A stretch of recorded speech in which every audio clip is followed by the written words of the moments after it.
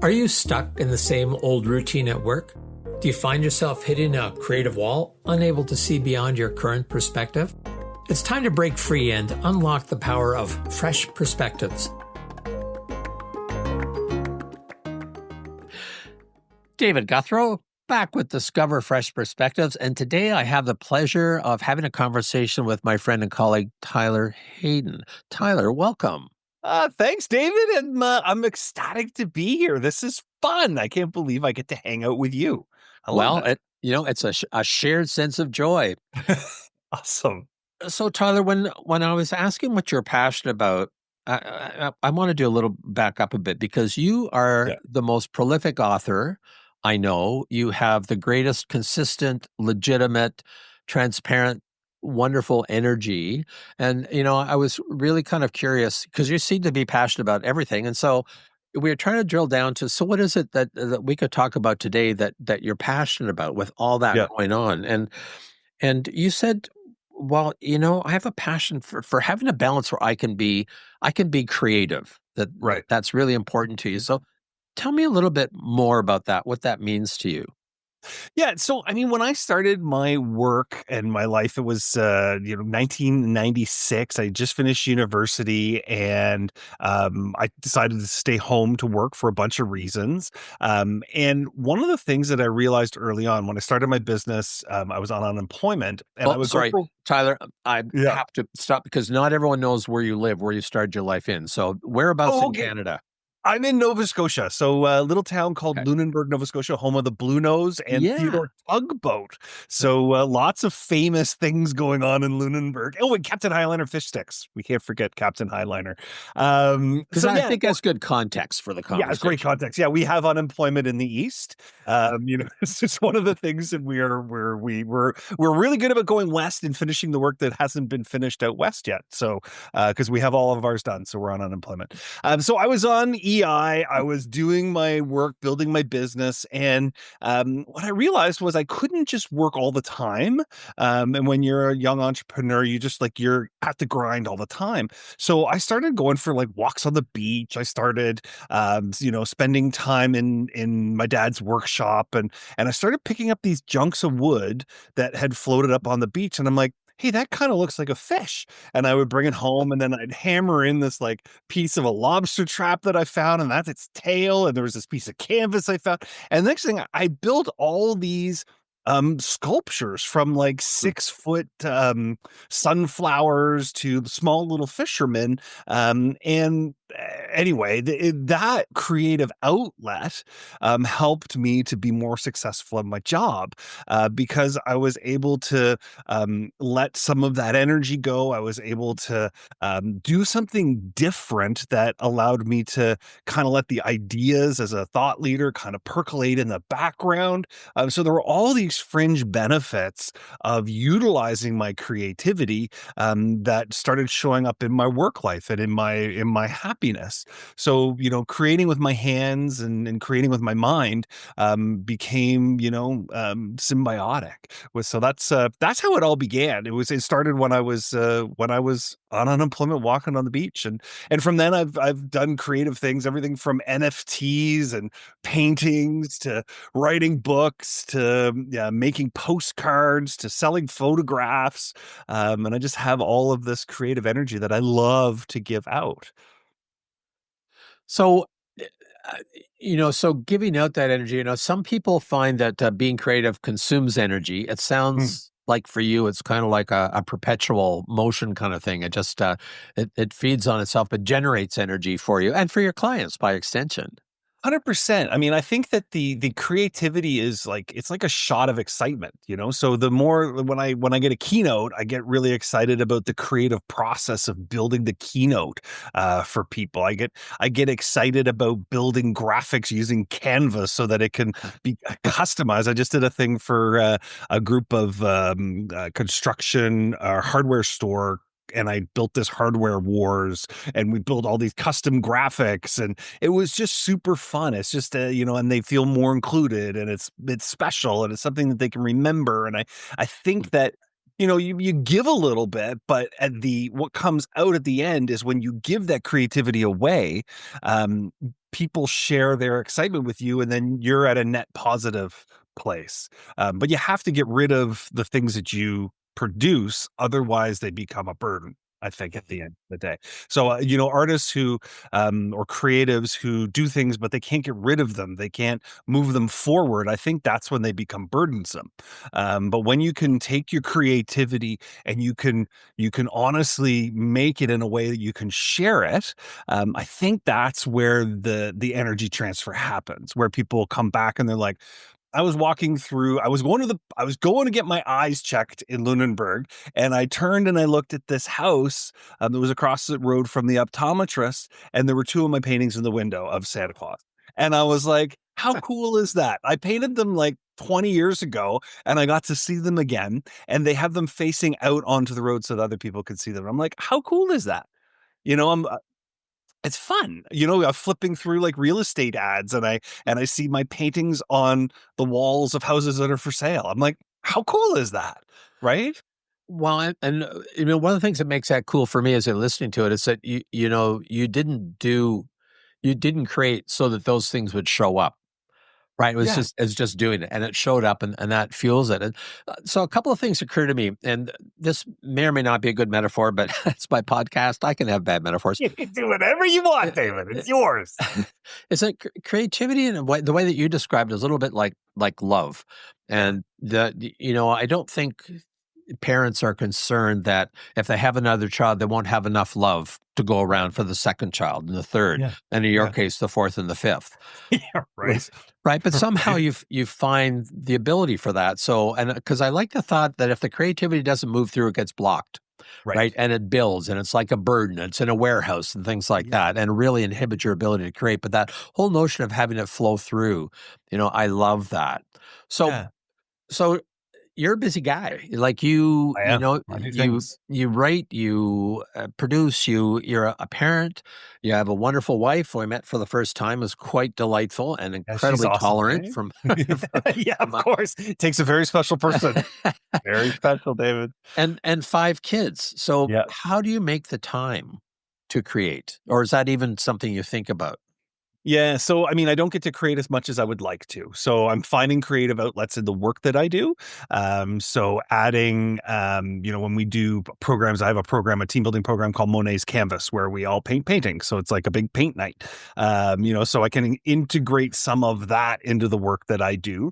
I find creativity right now. I'm building apps for my Oh, team building school. I have a thing called teambuildingschool.com where I've built all these creative team building solutions, and now I'm, offering them to others to be able to use with their teams. So it's the creativity of building the graphics, building how the slides work, how to build the video, to share how to do the activity, all that kind of stuff. So there's creativity in all that process. Um, but yeah, every day I cook. So I cook for my family every day. So there's a small creative outlet there. There's all these pieces. We're looking at designing our retirement house.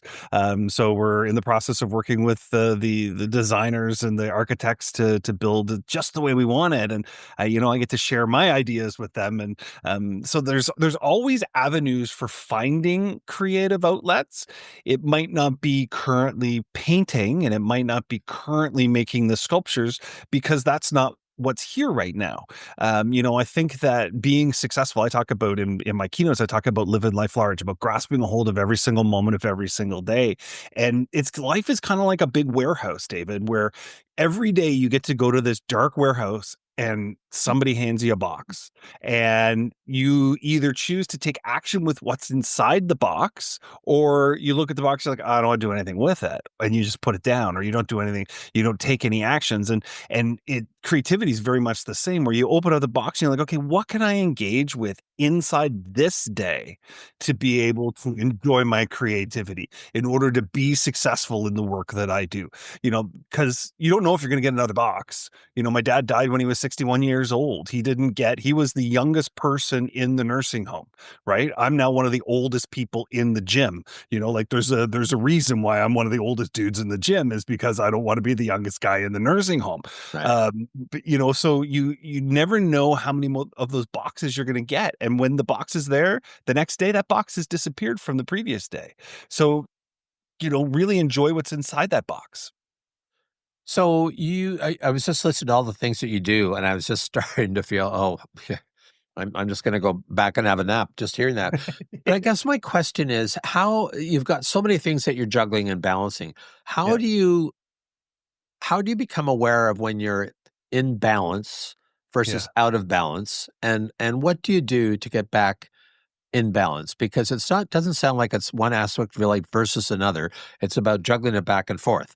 And but keeping that what you mentioned earlier before we got started about the importance of Yeah. balance and things like that. So how do you know when you're getting out of balance, and what do you do to get back into balance, if that's a fair question?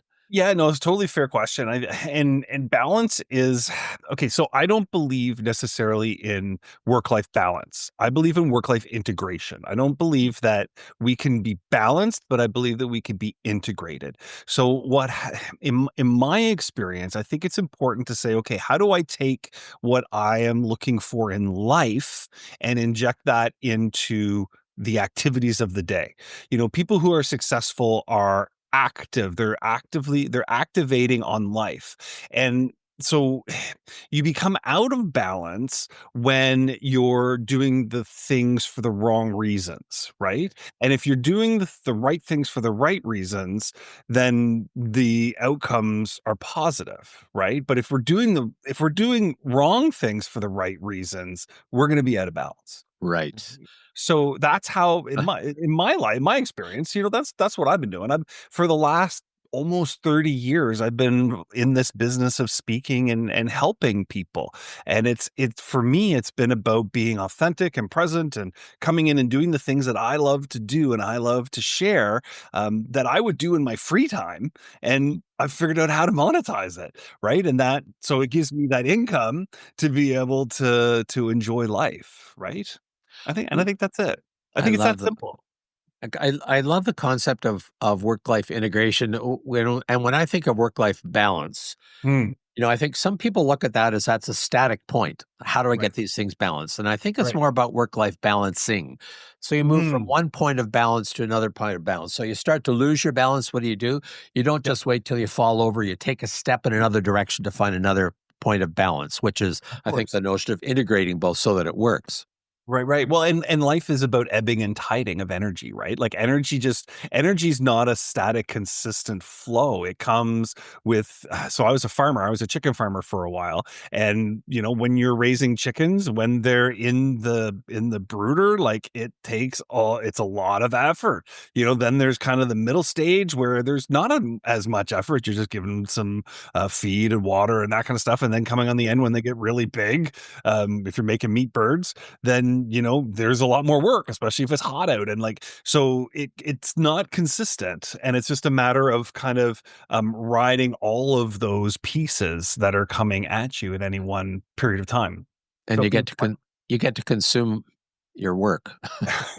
yeah, well, I'm a vegetarian, so I would go in and I'd be like, I'm just hanging out with my feeders, like we're all the same, we're all herbivores in here, so and then I would sell them and feed them to my kids.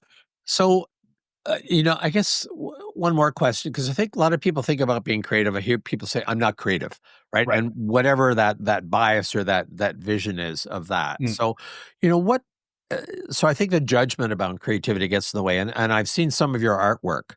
that's just so free flowing, like it's Mm, amazing, and people want to be part of that. If you had any advice or suggestions to give to people on how they could be more open to being yeah. creative, any thoughts come to mind on that?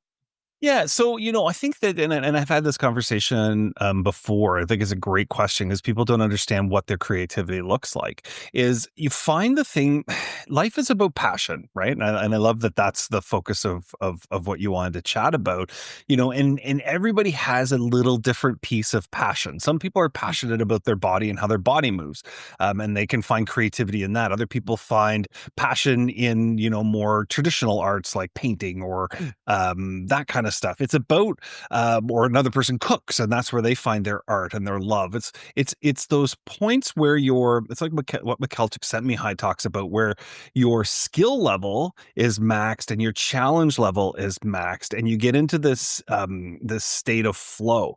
That's where the real creative art comes from. And so you have to find something that you have high skill in and that you love to challenge yourself in. And it can be the art of climbing a mountain, right? It can be the art of race car driving. It can be the art and creativity of painting. Like, it could be any of those things, but it's a matter of finding that thing that you're passionate about and then driving forward with, you're of challenging yourself and utilizing your skills in a way that gets you to a different level. That's what art is. Art doesn't have to be writing a book or painting or building a sculpture. That's one avenue of sharing art. Spoken word is another art. No, Music is another art.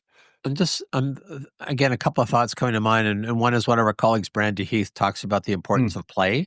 Yeah, of course. And I think being playful with creativity is so, so important instead of being serious about it. And one of the things that I see holds a lot of people back is judgment, either judging themselves by setting up some criteria that they have for themselves, or concern about how other people might Yes. judge them as well. And it totally takes you out of the flow that you were talking about, the ability to be playful with your creativity. Yeah, I think people get stuck in the product, not the process. Mm. So being in the creative flow is about the process of the creative flow. Let go of what the product has to look like. You can always burn the canvas. You can always, cut down the plants that you planted if you're building a beautiful artscape in your garden. Like, you can do that. It just enjoy the process, and when you authentically start to add the love and the caring and the injection of yourself into it, that's when you start to see outcomes that make you happy. And art is idiosyncratic. Creativity is idiosyncratic. It's in the eye of the beholder. And, who are you creating it for?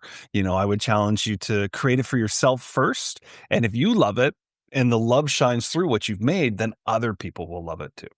So this reminds me of my daughter's a potter, and she teaches pottery, and I've been to a number of her Oh, classes. love it. And I've been able to totally let go of any judgment and responding to any rolling of her eyes, because like I look at the things and it's kind of, if I were to judge it, I'd say, you know Yep. what, maybe that should be crushed and used for gravel somewhere. I was attending a workshop where we were making mushrooms, Okay. and mine wasn't working all that well, and the mushroom cap started to flop over. So I just decided to turn it upside down, and instead of a Okay. mushroom, it was like a really cheesy wine goblet, right? I love it. I love it. But it's the fun and the joy of creating it. I think I really like what you said about it's, we need to focus on the process, not on the product. Right. That's huge for Yeah. people to embrace that around anything, anything. 100%. 100%. I mean, life is a process, and we only get so many days on this earth, right? And we don't know what they are. So enjoy the process, right? Enjoy the actions you can take today. That's all that matters, right? That's that whole idea of walking into the warehouse. You open up this box, and inside that box, you don't know what's inside that box, and you enjoy what's inside there today. You engage with what's inside there today, because tomorrow you'll hopefully get another box, but maybe you won't, right? But maybe you will. Maybe you got 100 more boxes you're going to get. Well, let's do this box now, and let's be intentional about what we're doing with this box today, just for the sake of the box. Well, and it always is in the moment. Like, I think two of the most useless emotions from my perspective are guilt, which is Yep. based in the past, and worry, which is based on Mm. the future, right? Right. Right. Right. We can't do anything about either of those in the moment. And Right. once we let go of that, the ability to just kind of free flow and enjoy the moment and the decisions that we can make, that we make for 100%. ourselves, is 100%. huge. It's life-giving. 100%. I mean, and that's a gift that we get to give to ourselves, right? And nobody gets to. I don't know if did you read Viktor Frankl's work around Man's Search for Meaning? Have you read Yes. that Yep. book? Yep. Right. And I think that logotherapy, where you're in control of those thoughts, and those thoughts are yours. And I think that is so telling of how we can find passion in the day, and passion in our creativity, and we can find it in our mind's eye, right? Like he would have been able to find that in a concentration camp, right? Because he understood the power of that sense of meaning, right? Anyway. Well, I know that recently I've been reading about Stoic philosophers and things like that. Okay. And, one of the main premises, or one of them anyhow, is to be clear about what you can do something about, what you can't. And the only things you can do things about are what you think, what you feel, what you do. Everything else is outside your control. 100%. Right? 100%, So I think it might be much easier to be creative if we can embrace that philosophy. Just let it go. Get naked and start painting, right? And by the way, because this is audio only, folks don't need to know that neither of us are wearing clothes. We'll just let them speculate on that. It's like, if only I know that in advance, I'd be listening quite differently. What a creative podcast, though, right? Who's going to do I love it. So, Tyler, this has been absolutely fabulous. I just have so much respect for you and what you do, but even more than that, sort of your way of embracing life.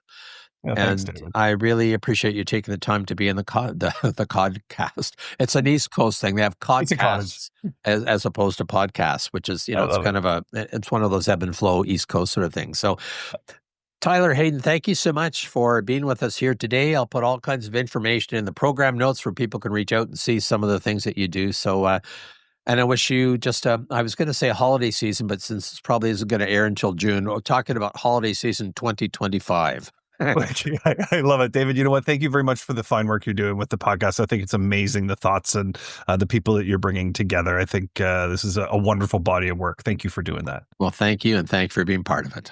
Hey, cheers.